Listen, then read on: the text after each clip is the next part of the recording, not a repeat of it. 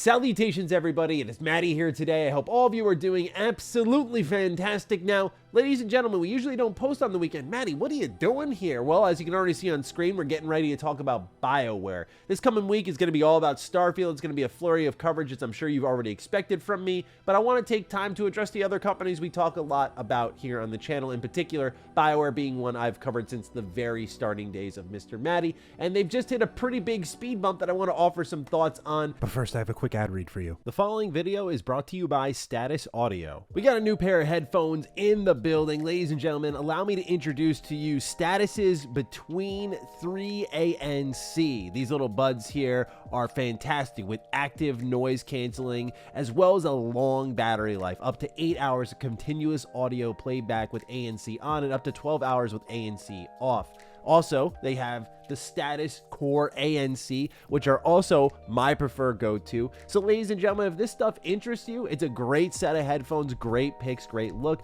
You can check out my link in the description down below. Shout out to Status Audio for sponsoring today's video. So with that, let's not delay any further. We're going to read this message here from Gary McKay together. I'm going to offer some thoughts and we'll go into it even deeper. So here we go. Starting off at the top, it says, "Hello again. Today, rather than discussing one of our upcoming projects, I'd like to share an update about the studio itself and outline our vision for BioWare's future. In order to meet the needs of our upcoming projects, continue to hold ourselves to the highest standard of quality, and ensure BioWare can continue to thrive in an industry that's rapidly evolving, we must shift towards a more agile and more focused studio. It will allow our developers to iterate quickly, unlock more creativity, and form a clear vision of what we're building before development ramps up." Sounds good, right? Okay, well, here we go. To achieve this, we find ourselves in a position where change is not only necessary, but unavoidable. As difficult as this is to say, rethinking our approach to development inevitably means reorganizing our teams to match the studio's changing needs. As part of this tradition, we are eliminating approximately 50 roles at BioWare. That is deeply painful and humbling to write. We are doing everything we can to ensure the process is handled with empathy, respect, and clear communication with that last point in mind. I want to take a moment to explain how we got here, what we're doing to support our colleagues, and what this means for BioWare's current and future games. We'll get to that in a moment here. I just want to say that the key word here was unavoidable. I found this to be pretty surprising at first, but as I gave it more thought, my knee-jerk reaction wasn't what I've seen a lot of people doing online, which is like, oh, look, Baldur's Gate 3, a very BioWare-like game in the writing and presentation, is doing well, and look what the actual BioWare developers of Baldur's Gate 1 and 2 is doing. Ah, how dare they? To me, I don't know how else to put this, and I'm not trying to reframe it into a positive way. I'm not rah-rahing over people losing their jobs. This was inevitable with the way BioWare was structured. They needed to slim down to get, everyone's been always saying, we want old school BioWare back. They got way too big, and when you get too big, that chain of command lengthens. The messages don't get down the chain quick enough, and you get things like Anthem, where you're just in stasis for years and years and years. Again, I'm not trying to excuse what's happening here, because the reason these roles are being removed in the first place is the product of bad management.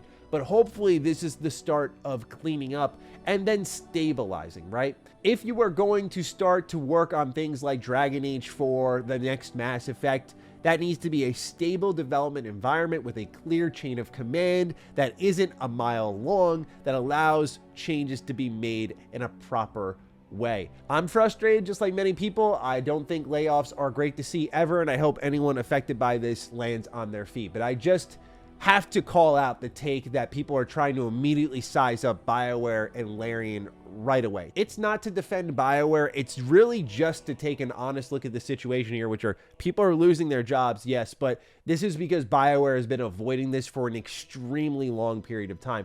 It was actually, unfortunately, the standard for a long time in game development that what would typically happen is once the project was over, and this does still happen in some cases, is jobs just got laid off immediately every time, and the studio reset with a couple of core pieces hanging around. Now that we've got deeper and deeper into supporting video games and unionizing some studios and so on and so forth, there is more worker stability, worker consideration. We don't have people, hopefully, as often crunching beneath their desks, even though it's a creative field, and that type of stuff's going to happen. But let's get into the thick of video games, right? Like, how does this impact Dragon Age Dreadwolf, which still feels like it's forever away, right? Even if the reports are saying, you know, sometime in 2024, and even EA with their earnings call is saying sometime after the first quarter of 2024.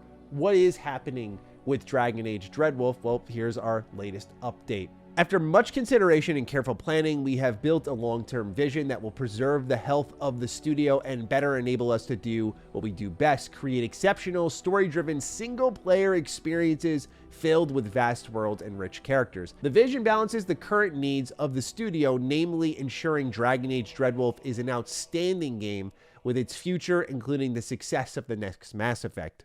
We've chosen to act now, in part to provide our impacted colleagues with as many internal opportunities as possible. These changes coincide with a significant number of roles that are currently open across EA's other studios.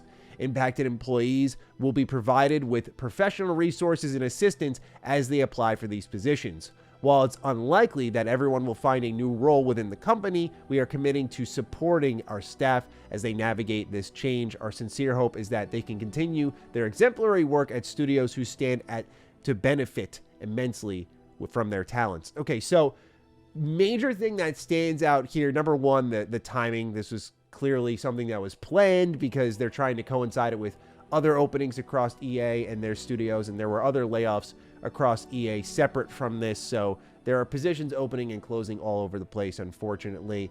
Now, what stood out to me here, again, from the game's perspective, is story-driven single-player experiences is the studio's focus here. And now we already know, thanks to a bunch of leaks that have happened, Dragon Age Dreadwolf should be a completely single-player game, but you never know with the old Mass Effect and all the changes it's gone through, and also having a fantastic multiplayer mode. Like Andromeda, wasn't a big fan, but look, the multiplayer was lit in that game, and the multiplayer in Mass Effect 3 was fantastic. I spent arguably more hours in that than the base game itself with all the single-player components. I know that's a weird take, but seriously, it was awesome, and I really wish that with the Legendary Edition, EA would have brought it back. I remember that was a leak for a while, and I guess it's not happening anymore, but the focus here is single-player games. And again, this is not to justify what's happening here, because it is the product of bad leadership, which is something that you've all heard me go on BioWare about again and again and again. EA was the easy scapegoat for years and years and years,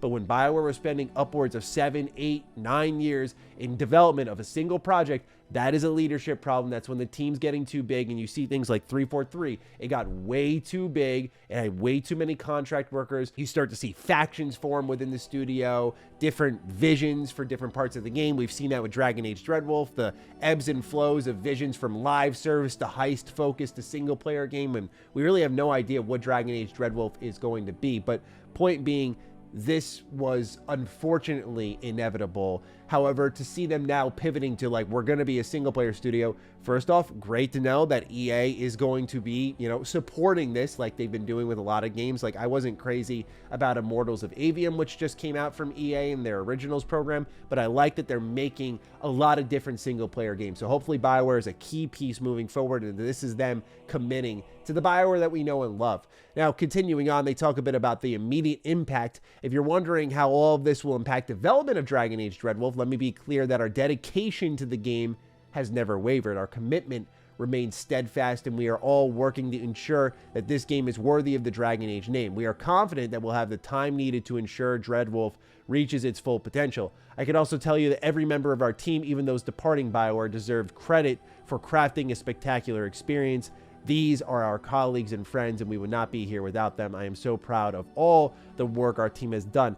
You may have noticed something kind of missing here. The immediate impact, and we're talking about the dedication to the game, which has never wavered, which I wasn't really questioning with this. To me, when I see, oh, people lost their job, you have less manpower. Got it. So that's probably going to take longer to make, right? Unless sometimes with certain game development teams, you sort of trim the fat, you become more efficient, and you're working better than if you had double your workforce. That is true.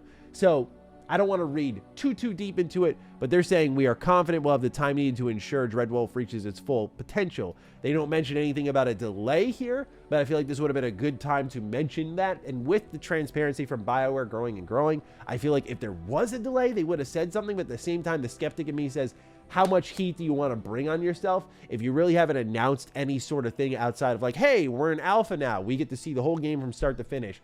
Then they're polishing and getting things feature complete for beta. Then maybe it is smart to just not drop, hey, this is going to move things back. And again, I've said time and time out, I want this game yesterday, but at the same time, this is the game I'm saying take your time, because now this is like the umpteenth time BioWare is committed to the fact that, oh, this is going to be, you know, what did they say? Or reach its full potential, talking about a spectacular experience. And yeah, you already saw based off the layoffs, people are immediately lining up Larian and BioWare. It was inevitable given the parallels in the presentation, in the dialogue, and the, oh man, I remember how much I love this from so many people playing Baldur's Gate 3. Like, there's a hunger for that experience. And like I said in my previews and all my coverage of Baldur's Gate 3, everyone's going to start looking at BioWare. And whenever Dreadwolf shows up, it's going to be viewed with a very critical eye.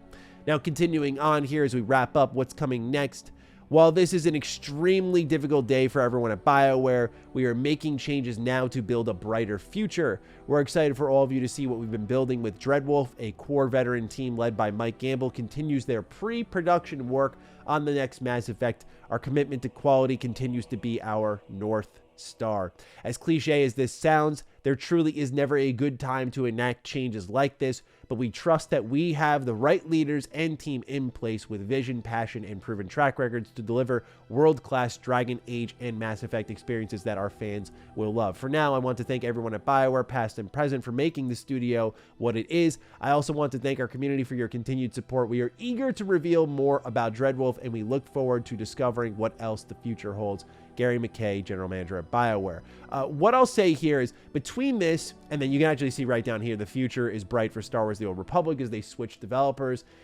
Gary McKay, and I don't think he's solely responsible for this, but this guy is pulling off a lot of band-aids that have, I think, been stuck on BioWare for a while. I think moving on from The Old Republic, as much as I love that MMO, making it someone else's job to manage that, smart call. Free up the hands for the stuff that made you the team you are. As much as I enjoy The Old Republic, I did not follow BioWare for that game. I followed them for Dragon Age and for Mass Effect and whatever else they would have ended up making, like KOTOR and Jade Empire, and the list goes on, right? That's the BioWare we care about. So I think that was Band-Aid number one. Band-Aid number two, again, not to justify it, but I do think this was inevitable. Like, he's going to have to start cutting the fat off the team, slimming down the studio for the efficiency of that pipeline, especially when you're trying to get back to your old self and reclaim that name.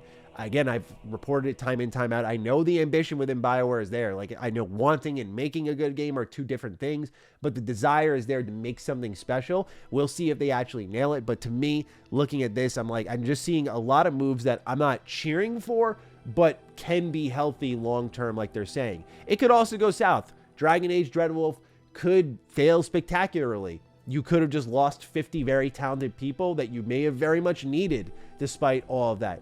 It could also be a sign of things to come with BioWare, where next step, if this game fails, being Dragon Age Dreadwolf, is the studio goes bye-bye, which would break my heart. I just hope it doesn't come to that. But the way I'm looking at it is a lot of tough decisions are being made right now, hopefully for a brighter future. It's never encouraging to see this stuff. Again, it comes from bad management that was, I think, from a while ago as they cycled GMs like pairs of underwear. But hopefully this is the start of some level of stability. I know there's been a lot of punching at BioWare, and I get it, but hopefully this is the start of a new era for them internally with stability and moving forward with their projects and having better management. I don't think they can have another Dragon Age Dreadwolf where it's been this long. Like, the fact that we got Inquisition in 2014 and it's now we're approaching 2024 and it'll be 10 years since the last Dragon Age entry is insane.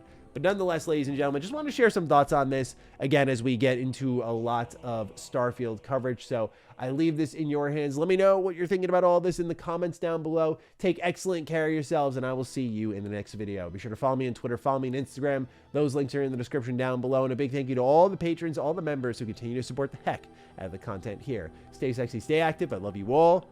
Peace.